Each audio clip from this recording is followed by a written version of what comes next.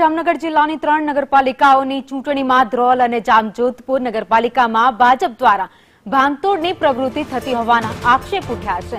ધ્રોલ નગરપાલિકાના ward number 4 માં કોંગ્રેસના ઉમેદવાર પરિવારને ટાર્ગેટ કરવામાં આવ્યો છે। લલિત પંચાસરના પુત્રવધુએ કોંગ્રેસ પક્ષેથી ઉમેદવારી નોંધાવ્યા બાદ તેમને ધમકીઓ અને પ્રલોભનો મળી રહ્યા છે તેવા આક્ષેપ કરાયા છે। લલિતભાઈ પંચાસરને ચૂંટણી પંચ અને પોલીસ તંત્રને પણ રજૂઆત કરી છે તેમજ રક્ષણની પણ માંગ કરાઈ છે। મારા પુત્રવધુ વોર્ડ નંબર 4 માં કોંગ્રેસ પાર્ટીમાંથી ફોર્મ ભરેલું છે, એના માટે થઈને મને ખૂબ જ દબાણ આવે છે અને પ્રલોભન પણ આવે છે અને આના હિસાબે મને માનસિક ટોર્ચર પણ થાઉં છું ને મારી કોઈ ઓલી સેફટી નથી કાંઈ।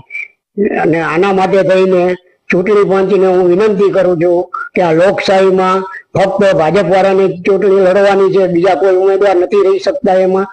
આના માટે હું ચૂંટણી પંચને પણ વિનંતી કરું છું, પોલીસ ખાતાને પણ વિનંતી કરું છું કે અમારી રક્ષણની જવાબદારી લે।